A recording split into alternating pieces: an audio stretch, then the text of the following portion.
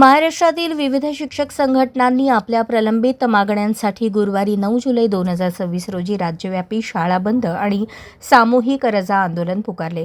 या आंदोलनाला राज्यभरातील शिक्षकांचा मोठा प्रतिसाद मिळाल्याने अनेक ठिकाणी शाळांमधील शैक्षणिक कामकाज विस्कळीत झाले। शिक्षकांवर वाढत्या प्रमाणात लादली जाणारी अशैक्षणिक कामे, टीईटीची जाचक अट आणि नवीन संच मान्यता धोरणाच्या विरोधात शिक्षक संघटना आक्रमक झाल्या आहेत। शिक्षकांच्या मते या निर्णयांमुळे अध्यापनाच्या गुणवत्तेवर परिणाम होत असून विद्यार्थ्यांचे शैक्षणिक नुकसान होत आहे। दरम्यान विशेष सघन मतदार यादी पुनरीक्षण मोहिमेसाठी शिक्षकांना बीएलओ म्हणून नियुक्ती केल्याबद्दलही नाराजी व्यक्त करण्यात आली। सुमारे 11 लाख शिक्षकांनी सामूहिक रजा घेतल्याचा दावा संघटनांकडून करण्यात आला असून अशैक्षणिक कामातून पूर्ण मुक्ती मिळेपर्यंत आंदोलन सुरू ठेवण्याचा इशारा देण्यात आला आहे। संपूर्ण महाराष्ट्र राज्यामध्ये शिक्षक समन्वय समितीच्या माध्यमातून सर्व जिल्हा परिषद आणि खाजगी शाळेतल्या सर्व समन्वय संघटनेच्या माध्यमातून राज्यव्यापी महामोर्चाचा आंदोलनाचा आज पुकारलेला आहे। आज 5 प्रमुख मागण्यासाठी राज्य शासनाला जाग आणण्यासाठी सोलापूर जिल्ह्यातल्या सर्व संघटनेच्या समन्वयाच्या माध्यमातून अग्र क्रमांकाने टीईटी परीक्षा ही रद्द झाली पाहिजे। शिक्षकांना 1 सप्टेंबर 2025 रोजी सर्वोच्च न्यायालयाच्या निर्णयानुसार राज्यातल्या आणि देशातल्या शिक्षकांना टीईटी सक्तीचा आदेश पारित केलेला आहे। त्या विरोधात राज्य सरकारनं गेल्या वर्षी आम्ही मोर्चा काढून त्यांना रीट पिटिशन याचिका दाखल करण्यासाठी मी मोर्चाच्या रूपानं त्यांना हाक दिली असता शासनानं जाग नाही आल्यामुळं पुन्हा शासनाने वेळोवेळी टीईटी परीक्षा घेतली जात आहे आणि 28 जून 2026 रोजी राज्यात टीईटी परीक्षा घेण्याचा शासनाने परिपत्रक जाहीर केला असता 27 जूनच्या दिवशी पहाटे ठाणे भिवंडी येथे टीईटीचा पेपर फुटला गेला।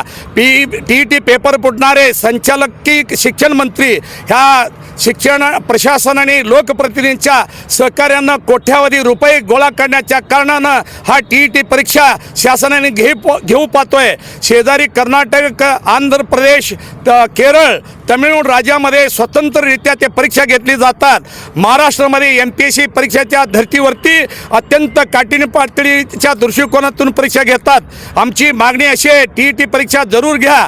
पेपर नीट असो टीईटी असो सातत्याने पेपर फुटला जातो। कोट्यावधीचा रक्कम गोळा करण्याचा ह्या शासनकर्त्याचा डाव आहे, तो हाणून पाडण्यासाठी आज राज्यव्यापी आम्ही मोर्चाचा या ठिकाणी आंदोलन छेडलेलं आहे। आज जर पाहिला तर 1962 साली रतन खत्री नावाचा व्यक्ती मुंबईमध्ये मटका चालवतोय, आजपर्यंत त्यांचा मटका नंबर फुटला गेला नाही। या राज्यात सातत्याने टीईटी आणि नीट पेपर फुटला जातो, हे कुठंतरी जाग आणण्याची ही वेळ आलेली आहे।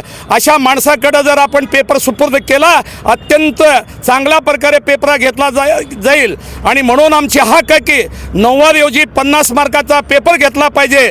काठीण्य पातळी त्याची कमी केली पाहिजे। जर तुम्ही घेणार नसाल आमच्यासारख्या आमदार खासदारांना आमदार पात्रता परीक्षा तुम्हाला द्यावी लागणार आहे।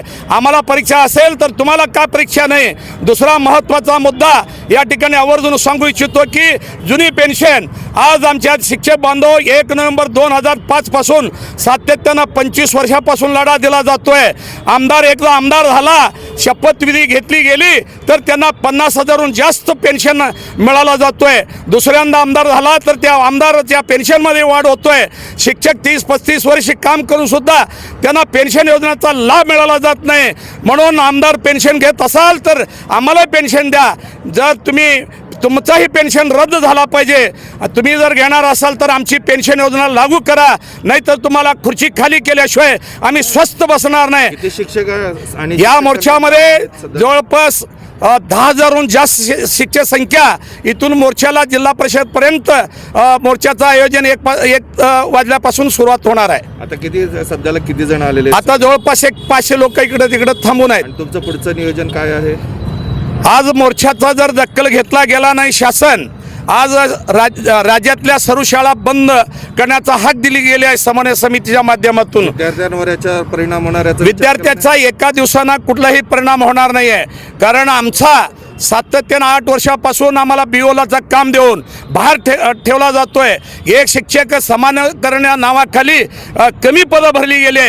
200 शिक्षक कमी दिला असताना आम्ही वर्ग अध्यापन करून चांगला दर्जेदार शिक्षण देण्याचा आमचा मानस असताना या शासनाने आमच्या जिल्हा परिषदेची शाळा ओस पाडून खाजगीकरणाला ऊत आणण्याचा हा कुटील डाव ह्या शासनकर्त्यांचा आहे.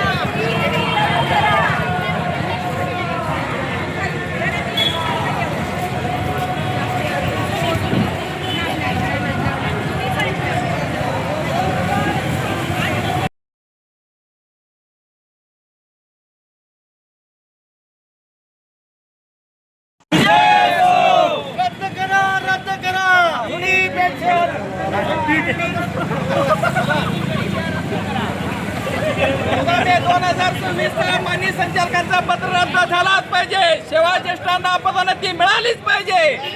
रद्द झालीच पाहिजे.